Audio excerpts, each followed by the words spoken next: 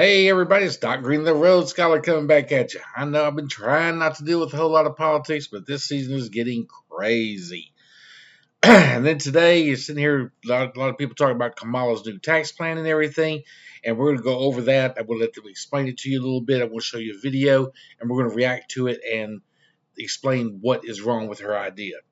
Meanwhile, let's go ahead and get into the video right now. By the way, thank you for coming onto the program. Please hit subscribe, share if any of your friends like this kind of content. Guys, whether you agree with me or disagree with me, please leave a comment below. Let me know what you think about her tax plan. Is this going to work for you, or is it going to go against you?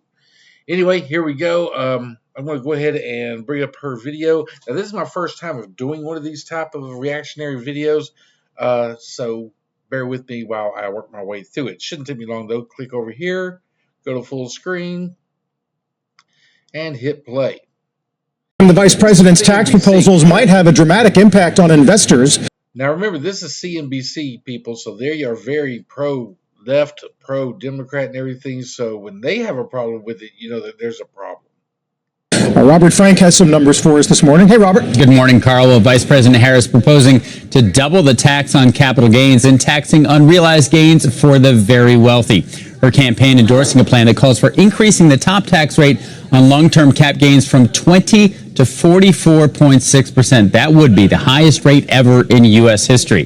So if you're in New York, you sold some stock, you're above that income level, the combined city, state, and federal rate would be 55.5%. If you're in California, would be just under 58%. She's also calling for a tax on unrealized gains for those with a net worth of more than $100 million. So that would call for a minimum tax of 25% on unrealized gains. So even if you didn't sell something and it gained in value during that year. So they would be taxed on any annual increase in the asset or value, again, even if you didn't sell. Non-tradable assets, like a private company, very illiquid, they would be taxed at the last valuation event plus some annual increase. Illiquid taxpayers, those would be a separate group defined as those with less than 20% of their wealth in tradable assets. They could defer payments until their death, but with any interest charged attached to that. Now, guys, I don't know if you really realize this, and that everyone goes, I know a lot of people in the middle class and lower income and median income go, well, they need to pay their fair share. Here's what you don't realize. Rich people don't pay taxes. You see what I'm saying? Here, let me explain it this way. If you are taxing their property and they are renting that property out to other people, let's say, because that's $100 million, I'm going to assume they're not talking about a personal home there. They're probably talking about other property, rental properties and things like that, office buildings, things of that nature. They're not going to pay more in taxes. They're going to raise the rents. They're going to raise your prices. Like they said, they're going to small businesses or large businesses, large corporations are going to pay their taxes on their last assets or stock valued or whatever. They're not going to pay those taxes. They're going to raise the price of your goods and your services. You're going to pay those taxes. They're not going to lose their money. You see what I'm saying? They may slow down in investing their money because there's no incentive to, but they're not going to pay a higher rate in taxes. They're going to charge you more. Like board milk, for instance, is not going to pay extra money for taxes. They're going to raise the price of the milk so that you pay more in taxes. They're going to make the same profit. Believe me, they're not going to go down. They're probably going to make more. So you got to, and there's really no way to stop that. Even the tech companies in Silicon Valley and stuff are not liking this.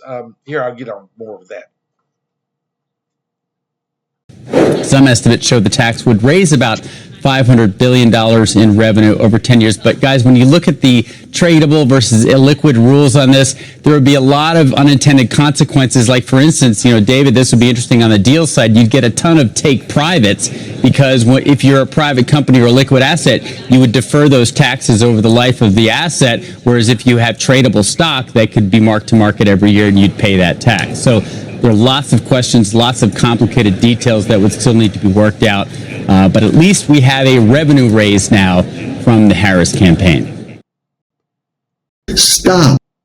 That's crazy. The reason I say it's crazy is if you are buying options, you're wasting your time and money. Hi, my name is Tom Hurd, and I've been successfully trading. That is insane that the Harris administration thinks that's going to help raise money. And like I said, it raised $500 billion, but they would make a lot more money if they would not raise the taxes on those. Because here's what's going to happen: less people are going to invest in it, less people are going to buy into it because there's no advantage of it. There's no way. It used to be a tax shelter, so the rich people would invest in these things. Now they're going to be selling them off, probably cheaper, which is going to lower the value of those properties and everything, which means the taxes they would have gained on later, once they did sell them or they did realize the capital gains, they're going to lose that because it's going to lower the value. Because a lot of these rich people and corporations and everything will be trying to get rid of all this stuff instead of holding on to it for a later time.